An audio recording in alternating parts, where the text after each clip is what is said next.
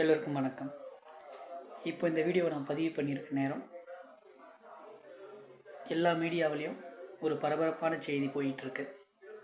அது என்னன்னா, நம்ம தமிழ்நாட்டு சிஎம் மிஸ்டர் ஓபிஎஸ் எல்லாருக்கும் பேட்டி கொடுத்துட்ருக்காரு மெரினாலேருந்து. கடைசியில் அவரும் மெரினாவுக்கு வர நிலைமை வந்துருச்சு பாருங்கள். சார், முதல்ல உங்களுக்கு ஒரு செல்யூட். ரொம்ப நாள் கழிச்சு உங்களுக்கு தைரியம் வந்திருக்கு சார். நீங்கள் ஒரு பொம்மைங்கிறது தமிழ்நாட்டில் எல்லாருக்குமே தெரியும். உங்களை ஒரு கீ கொடுத்துற பொம்மை மாதிரி தான் உங்களை ஆட்டி படைச்சிட்ருக்காங்க. அதை விட்டு இன்றைக்கி வெளியே வந்து ஒரு தைரியமாக ஒரு ஸ்டேட்மெண்ட் கொடுத்துருக்கீங்க. அதுக்கு முதல்ல தமிழ்நாட்டு மக்களோட சார்பாக நான் உங்களுக்கு ஒரு செல்யூட் பண்ணுறேன்.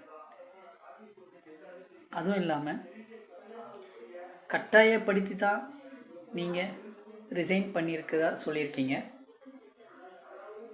அதை நீங்கள் ஆதரவுபூர்வமாக சொல்லுங்கள். மக்கள் அனுபவித்தா திருப்பியும் அந்த நான் ரிசைன் பண்ணதை நான் எடுத்துக்கிறேன் நீங்கள் சொல்லியிருக்கீங்க. மக்கள் நினைக்கிறது அப்புறம் சார், அது நம்ம சொல்ல முடியாது. ஏன்னா இப்போது நடந்திருக்கிற பிரச்சனையை பார்த்தா எந்த கட்சியுமே மக்கள் வேண்டான்னு தான் சொல்லிகிட்டு இருக்காங்க. அதனால் மக்கள் நினச்சா, மக்கள் சொன்னால் நான் திருப்பியும் அந்த ராஜினாமாவை நான் மறுபரிசீலனை வாங்கிக்கிறேன் அப்படின்னு சொல்கிறது தப்பு.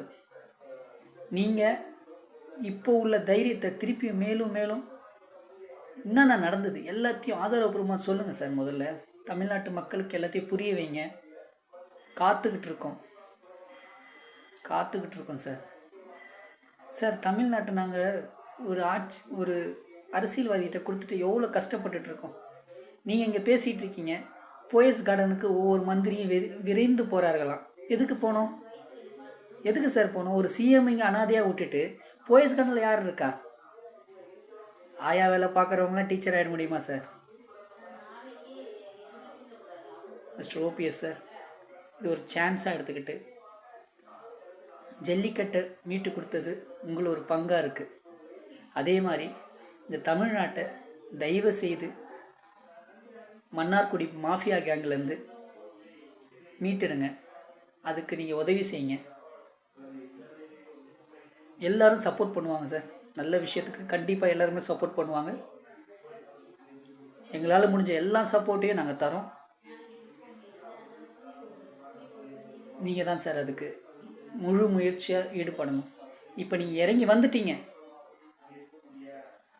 அதை நீங்கள் திருப்பியும் நின்று நீங்கள் சொன்னீங்கல்ல, அம்மாவோட இந்த கட்சியை நான் நிமித்துறதுக்காக தான் நான் அந்த கட்சியில் இருந்தேன் இவ்வளோ நாளாக, வேறு வழி இல்லாமல். அதே மாதிரி அம்மாவோட மானத்தையும் அம்மாவோட அந்த கட்சியை நீங்கள் திருப்பியும் எடுங்க சார், காப்பாற்றுங்க.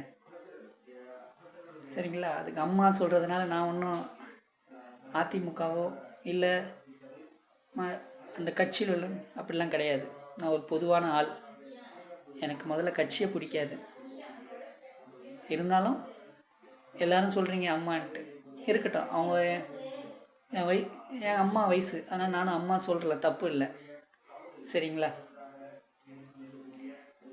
ப்ளீஸ் ஹெல்ப் பண்ணுங்கள், ஏமாறாதீங்க சொல்கிறேன். தேங்க்யூ.